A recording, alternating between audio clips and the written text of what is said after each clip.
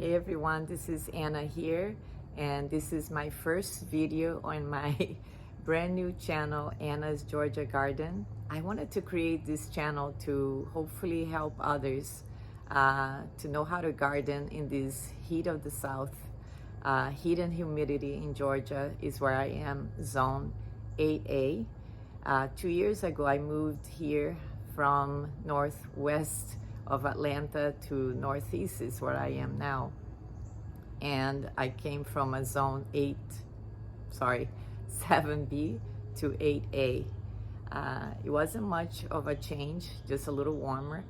But my garden was an 11-year-old garden that I had to leave behind in my old house. And that was really hard for me, but I'm excited to be gardening here now. I started from a blank canvas right here, new construction house, and I'm still learning what thrives here. And my yard is by no means perfect. It's always a work in progress. I'm gonna turn the camera around and give you a quick tour of my front yard, and hopefully the next video will be on my backyard. And I'm also gonna include some before and after pictures of what this place used to look like right when we moved in. So this is the front of my house and my flower beds in front of the house. It's a work in progress. I have a lot of the shrubs I replaced, and some I'm gonna plant more. I'll give you a close-up of everything. I'm just giving you an overview of the whole front yard because that's what this tour is gonna be about. So these two trees here are maple trees. Not sure what variety or type of maple tree, but it is a pretty tree in the fall. At first I thought I was gonna, right when we moved, I thought I was gonna replace them. I have two right here because I was afraid of the roots and things that I've read.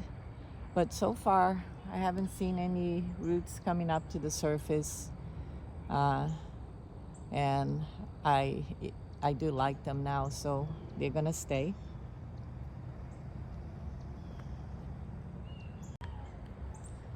I wanted to show you this island here. So this one we moved, it had this one here. It had tons of trees in here, and I can't remember what they said, maybe chestnut or oak trees that fell, those nuts everywhere.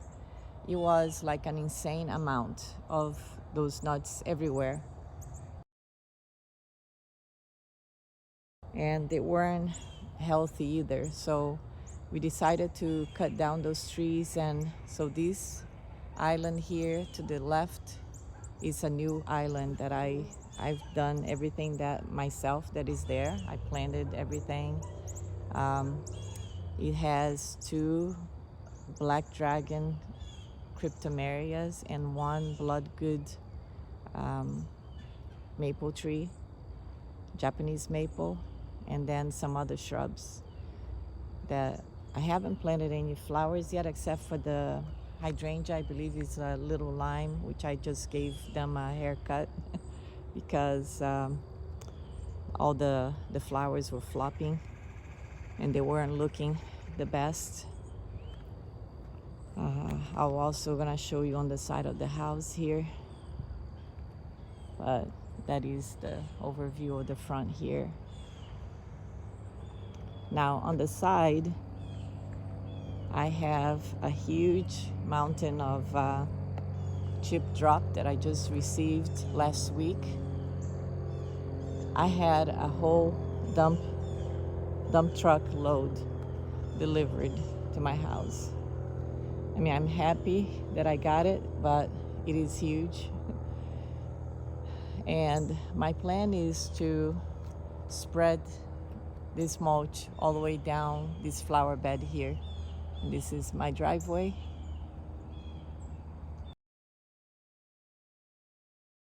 And I have crepe myrtle tree that I just planted. You can see it's pretty young.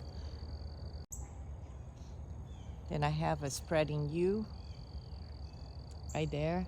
I just planted these azaleas here. The 3 in the front are encore azaleas.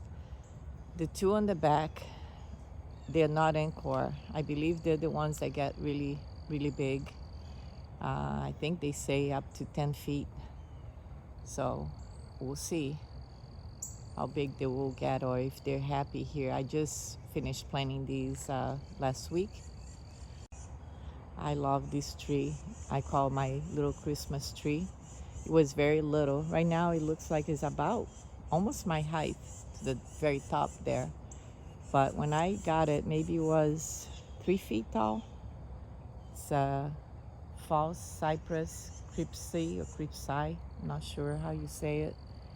But it has this lime or lemon yellow color. It gets morning shade, afternoon sun, but it only gets, I believe it gets 4 to 5 hours of sun, and that's it.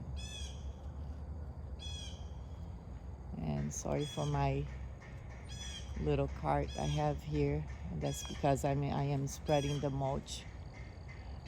I've planted some weigela, red weigela that you can see the little plants there. I planted 3.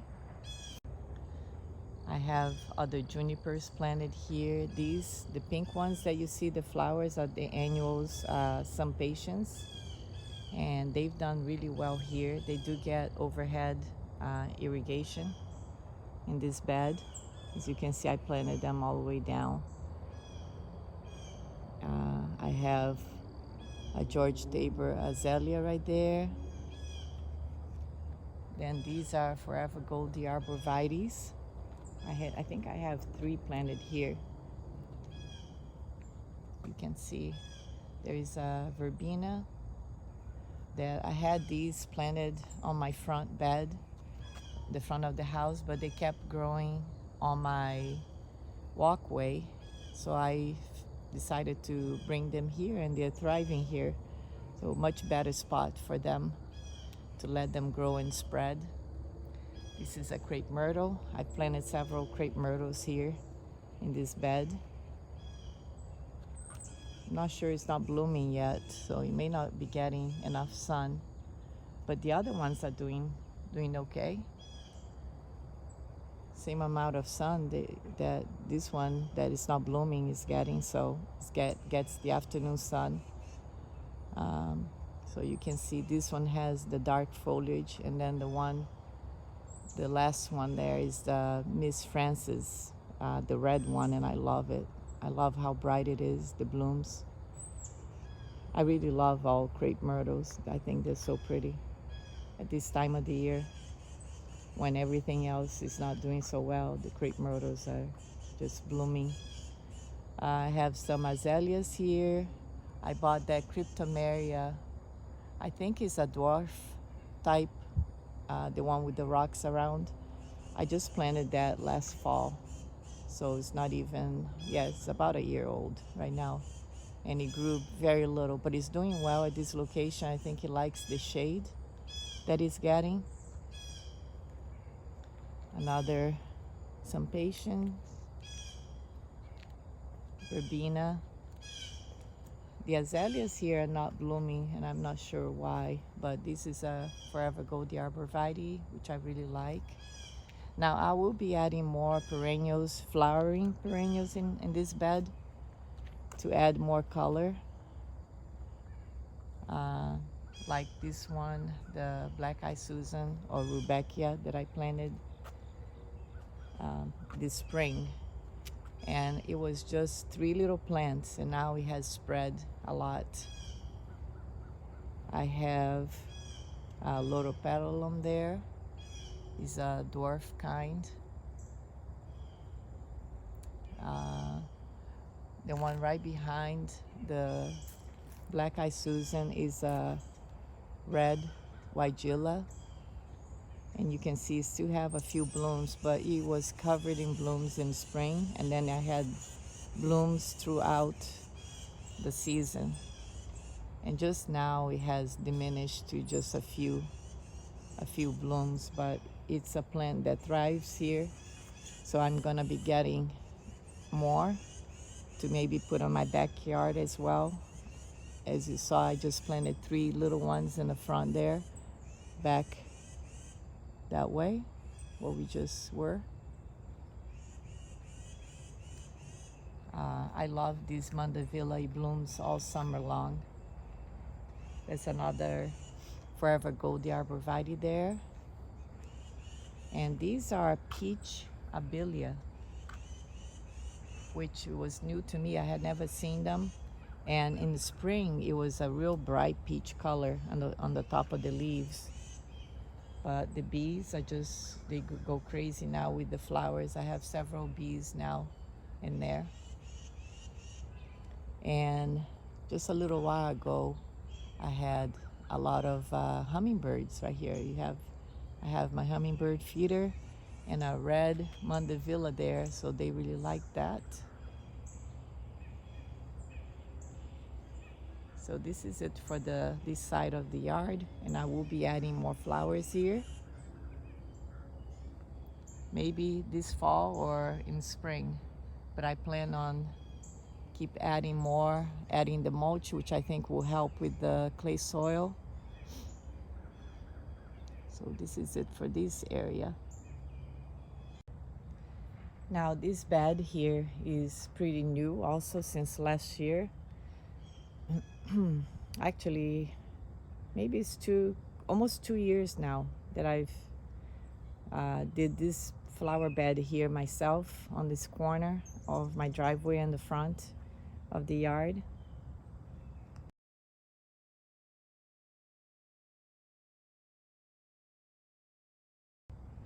But what I did is I added the focal point here in the middle is Viridis Japanese maple. I think I'm pronouncing it right, I'm not sure. But it was very short, and now it has grown, maybe another close to 2 feet, I think. I don't think this one gets really tall. I think it stays small. But I do like this. Is a real bright light green in the spring with some pinkish or peach leaves at the ends, at the very ends. So I have some pentas I planted here. Those are the flowers there you see. There is some monkey grass or loriope planted all around. And the loropetalum that I really like, that is a dwarf kind that I use quite a bit, is this purple daydream loropetalum. And you can see it's beautiful. And it stays a compact form. I like the shape also, how it kind of branches outwards and it stays that way. It really adds a nice texture to your yard, and it does so well here in the south. So I have that trio right there of loropetalums, and I think it adds a lot, the color variation against the green of the pentas. I think it really stands out. I really like this flower bed here. So this is the front of my house. I have a slender hinoki right here on the corner that is not doing so well. It's not that healthy, and that is with the cold snap that we had. It almost killed this tree, and I'm letting it be for a while and see if it's gonna survive. I thought about moving it somewhere else where it gets a little bit more shade and more protected area. So we'll see. But for now, it has some green leaves coming in. So I'm gonna leave it there and maybe wait for next year and see how it looks before I decide to take it out.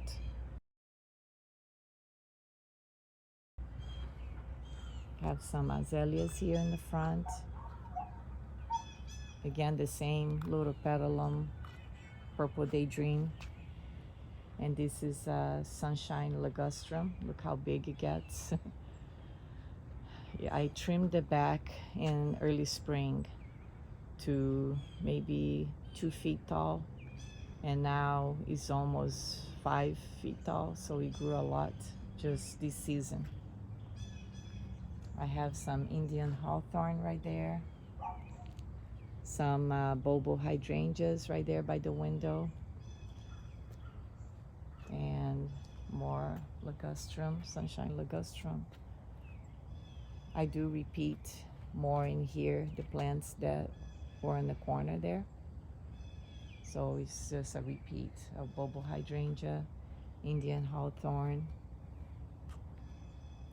Now this area is gonna be redone soon. I have a Orangiola Japanese maple right there. And this one I planted right after we moved, so it's about close to 2 years now, but it's not doing so well. It's not like filling in like it's supposed to be really full. And I think it might be getting too much sun here. Like I see the end of the leaves are getting a little crispy. Let's see if I can zoom in. I don't know if I can capture these on the video, but yeah, they are a little crispy at the end of the leaves with the heat that we've been getting. So I don't know. Maybe I should move it a little bit closer to my porch to see if it gets a little bit more shade that way. Maybe that's what I would do. And some plants that I have here, I don't like how it looks. Like I planted dahlias for the first time, this one here on that side. So that's gonna be moved elsewhere. But that's the first time I have a dahlia on my garden. So the 3 little shrubs on the back there is candy corn spirea. I don't think that's a good area for it, so that will be moving. I wanted a more cohesive look right here in this front. So as you see, I have a narrow, it's not that narrow, it's about, I don't know, 8 feet wide, the flower bed along the house here, the garage. And then here it opens up to a very large area here. And so I am gonna plant some shrubs to look more cohesive. I have some blue star juniper right there that is not doing well, right here on that side. I have a little water fountain there where you see some patience there. That was my DIY project, DIY water fountain that I made. And then I have Miss Lemon Abelia right here in the front. And they're doing well, but I'm not sure I like the look of this area right here. So I think I'll redo this whole area. So on this other side here of the garden, I have 2 Forever Goldie arborvitaes there by the window, and those are my puppies, by the way, and they're so cute. I don't know if you can see, I have 2 miniature schnauzers. One is black, the other one is white. The black one is Lulu, and the other one is Morgan, and they go crazy when I'm away. So they're anxious over there by the window, looking at me right now. So here's another bulbo hydrangea, hydrangeas. I have 3 of them here. Another little petalum there. So this is one of my favorite shrubs that stay on a mound form. It's called Fire Chief arborvitaes. I planted 3 here, and I have quite a few of these now throughout my gardens because it performs so well. And right here I planted these roses that I really like. So these roses here that I really like are called Peach Drift, and by Proven Winners, and they're really nice. I love the color, and they're fragrant, and they stay small.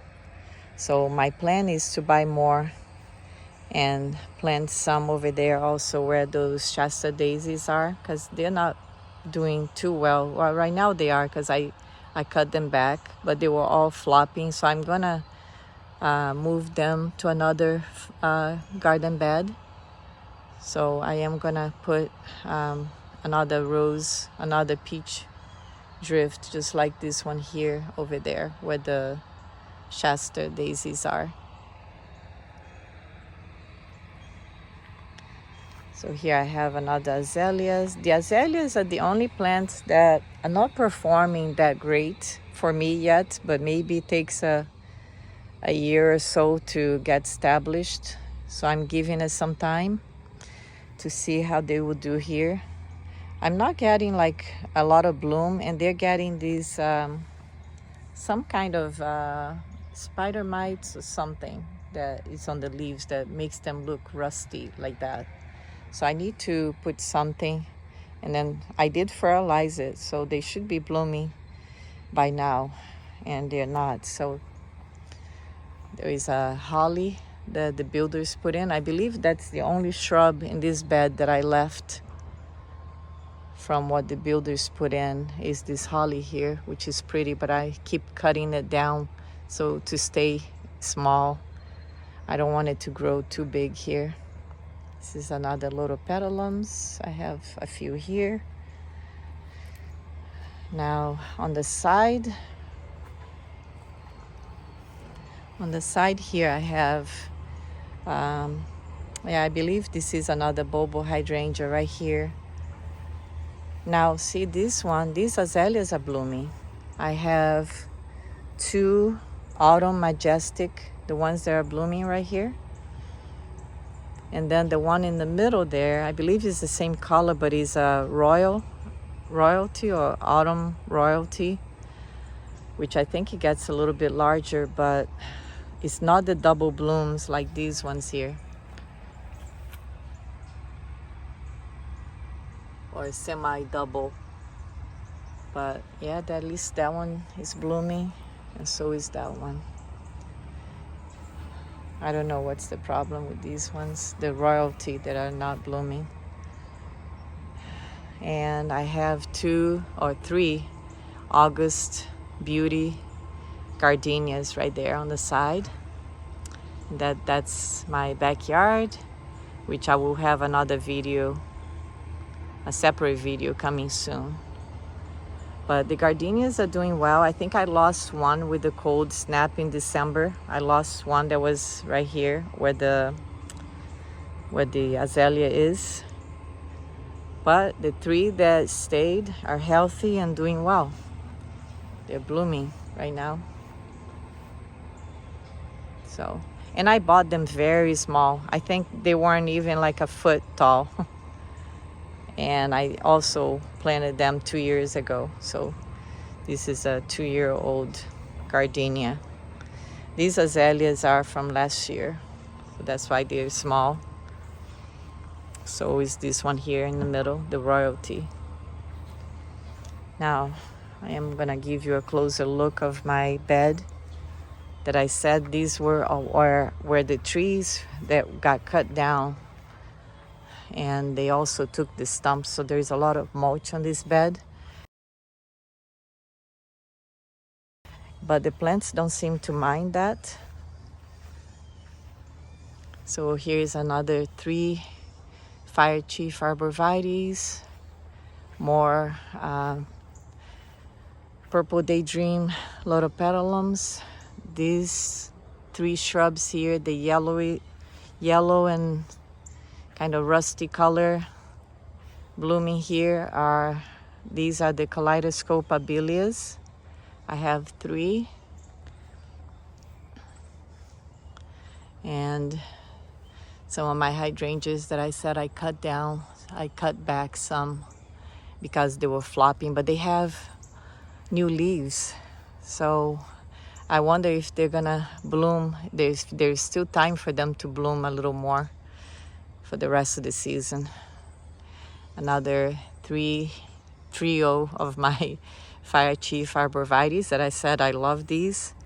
Now my goal is for this island here is to add more flowering perennials, and I thought about adding some phlox, tall phlox, that it does really well. I have some in the back. They are doing excellent right now. They're blooming still. They bloomed all summer. So that's what I'm thinking. But if you have suggestions of flowering perennials, please leave that on the comments. I would appreciate it. This is a full sun garden bed right here. And that's my black dragon cryptomeria. And as you can see, it's not part of my garden. On the road here, we live on a cul-de-sac, that circle there. They have some beautiful magnolias, so that's my view from my front porch. Look at them blooming right now. They're just beautiful. So I'm glad I got to see them, but they're not in my yard because I hear that the leaves are a pain to clean up. And this is a view of the other side that we just toured, and my two maple trees. A lot of pine trees, a lot of chestnut trees. They're all native to here, to Georgia. They're beautiful. And the front, that's the view I get. Thanks for watching, guys.